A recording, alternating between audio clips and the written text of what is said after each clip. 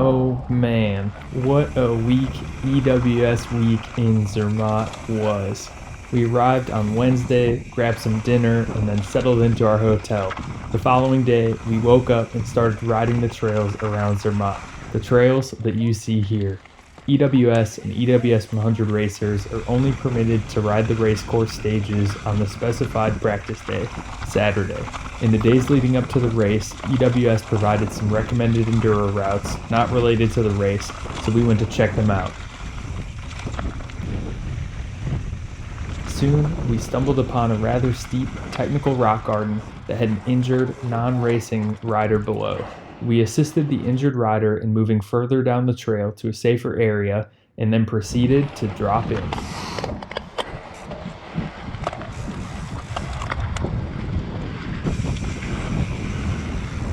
The rock garden was awfully deceiving, with one of the most awkward sections being well past the steepest section of trail, as seen here.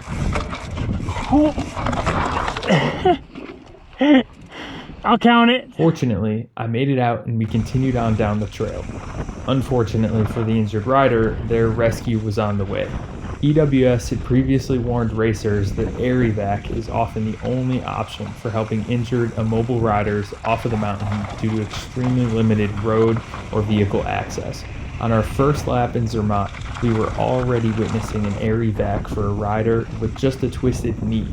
Though, I have to say, I was thoroughly impressed with the response time of the helicopter rescue. In under 20 minutes, the helicopter had arrived at the location, and within less than 3 minutes after that, the helicopter was already off and headed back to town with the injured rider on board.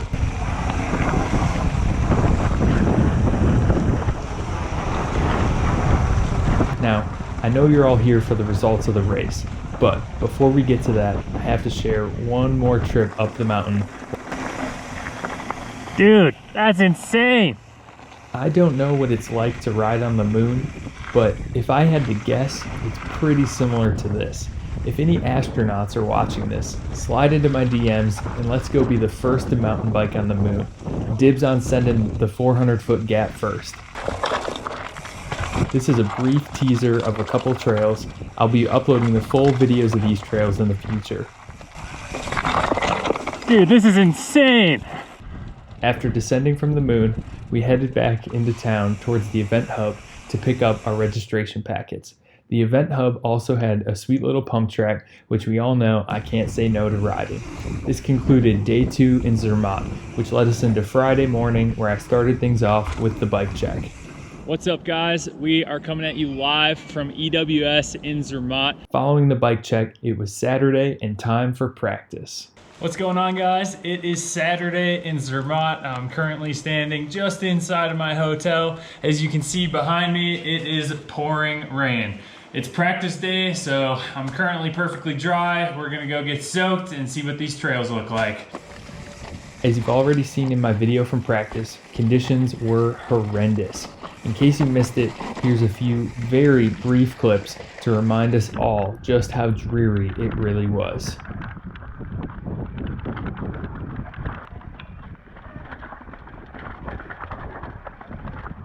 And we will toss in this embarrassing clip from stage 2 because I still think it's hilarious.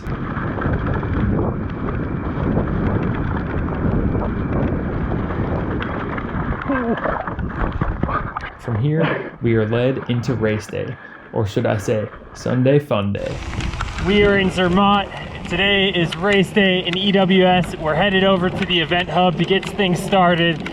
It's nasty outside. They've canceled a whole bunch of stages. We're now only doing the original stage 2 and then a partial on stage 4. So it's gonna be a 2-stage race kind of day.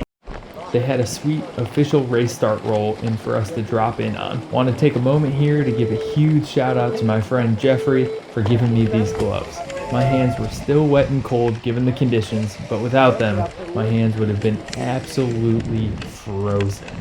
From the rollout, we headed straight to the train station. We hopped onto the train and then proceeded to head straight up the mountain. I've never seen a train like this before. Next thing I knew, we were 1,000 meters higher than we started in just a matter of minutes. Which brings us to this. Note everyone's reactions, followed by mine.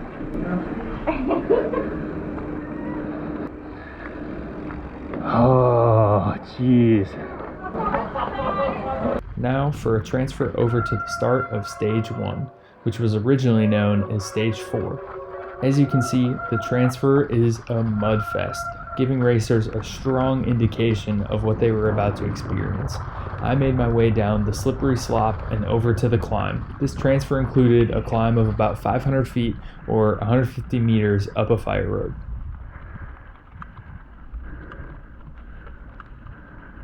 Alright, we're dropping in on Stage 1, riding blind, have not pre-ridden this.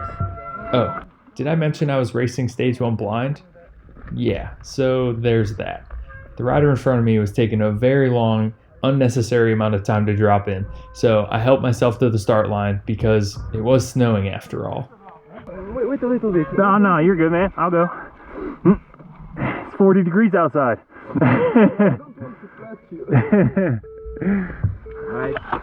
Let Stage 1 begin. I feel like I started off relatively strong and was riding as confident as ever through conditions such as this.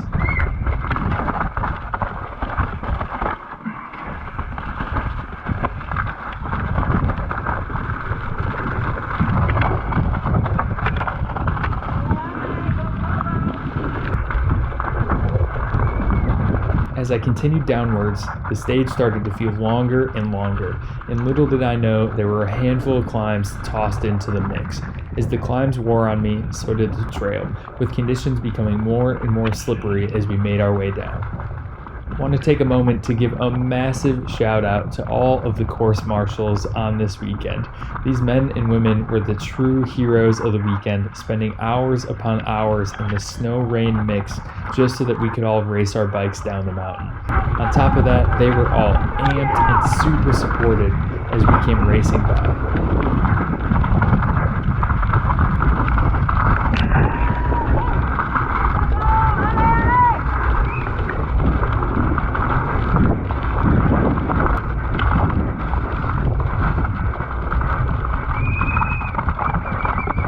GoPro lens progressively worsened down Stage 1, almost making it impossible to view the trail. I'm undecided if I should upload the whole stage or not.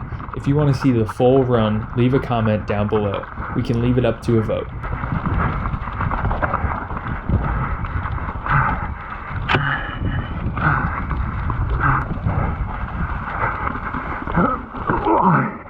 Once this first relatively minor slide out happened, it really shook my confidence in the wet conditions and my riding quickly deteriorated. A significantly slower pace set in and more crashes followed from here.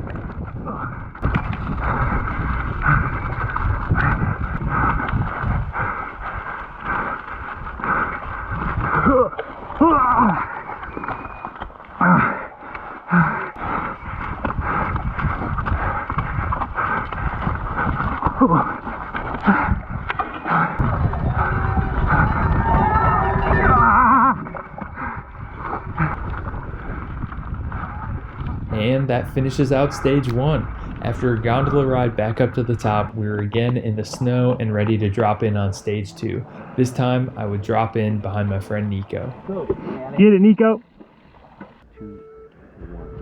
Go! As you know, I've already released the full video of my Stage 2 race run. But hey, let's quickly celebrate how I got through this initial section without crashing. In fact, this section became so rutted out and muddy that it was almost unrecognizable compared to the day before, and it rode completely different. Again, in case anyone missed Stage 2, here are a few very brief highlights.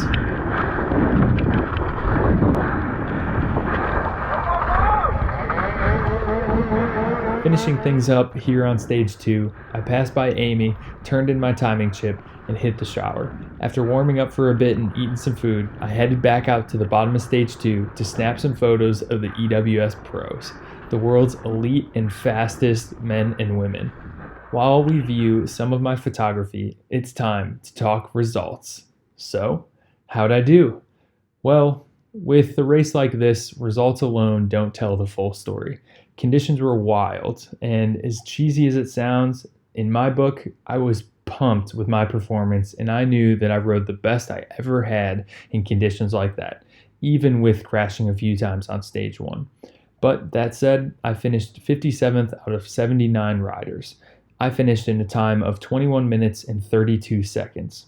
Above all, with EWS 100, I was most excited for the opportunity to compare myself to the world's elite pros on the same day on the same stage. The EWS men's winner, Jesse Melamed, finished in 15 minutes flat, and the winner of my category finished in 16 minutes and 27 seconds, only a minute and a half behind the world's fastest man. That goes to show that I was racing in the same category as some seriously fast dudes, and I was just 5 minutes off with a really sloppy stage 1. I can't complain. In the meantime, I just want one dry race to happen this year. That's all I'm asking for. Just finished up with racing EWS 100 here in Zermatt. It was insane. It's literally snowing at the top. Absolutely crazy conditions. Down here back at the bottom, cleaned off my bike. Time to go hit the showers, clean myself off, warm up. It was so cold. My feet are still frozen. Like, I'm not gonna lie, you see everybody coming back who's just finishing, and everybody just looks dead, absolutely beat, like just shell-shocked almost, like after war or something. It was a battle, there's no doubt about that. Awesome time here at EWS in Zermatt, Switzerland. So glad that I had the opportunity to race it. It was crazy. Thanks so much for watching, guys. If you enjoyed this video, no, actually, you should give this video a thumbs up after all that we just went through. So give this video a thumbs up, subscribe to the channel, and tell me where to ride next.